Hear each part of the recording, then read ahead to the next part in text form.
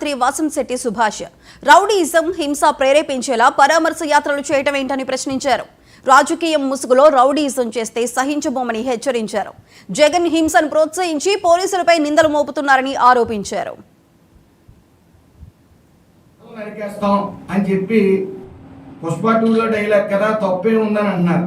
ఆ పుష్ప 2లో డైలాగ్ అయితే పుష్ప 2 హీరో ఎవరండి? అల్లు అర్జున్ ఫోటో ఎట్టి ఆ డైలాగ్ ఎట్టినా పర్లా, జగన్మోహన్ రెడ్డి ఫోటో ఎట్టి పైన ఈ వ్యాఖ్యలు ప్రచురించారు. అంటే ఆయన ఆదర్శంగా తీసుకుని, అంటే ఆయన ఎందుకు ఆదర్శంగా తీసుకున్నాడంటే రపరపా చెట్లు నరికాడు. ఆయన రపరపా బాబాయిని నరికాడు. రపరపా సంపత్ డాక్టర్ సుధాకర్ గారిని నరికారు. ఇలా రపరపలు ఆడించారు కాబట్టి టపటప వాళ్ళందరూ బొక్కల్లోకి వెళ్ళారు. టకటక 11 సీట్లు పడ్డారు.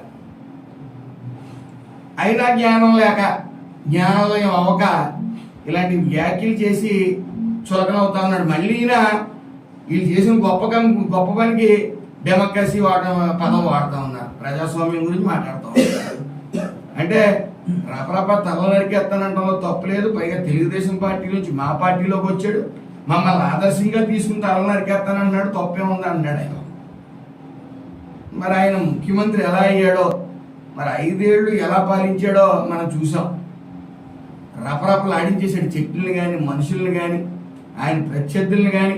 అలాగే ముఖ్యంగా పట్టాభి గారి గతంలో బోసుడీకే అని అన్నప్పుడు ఆయన డైరెక్ట్గా ప్రజావేదికకి సాక్షిగా బోసుడీకే అంటే దాని అర్థం లంజా కొడక అని చెప్పేసి ఆయనే చెప్పడం జరిగింది.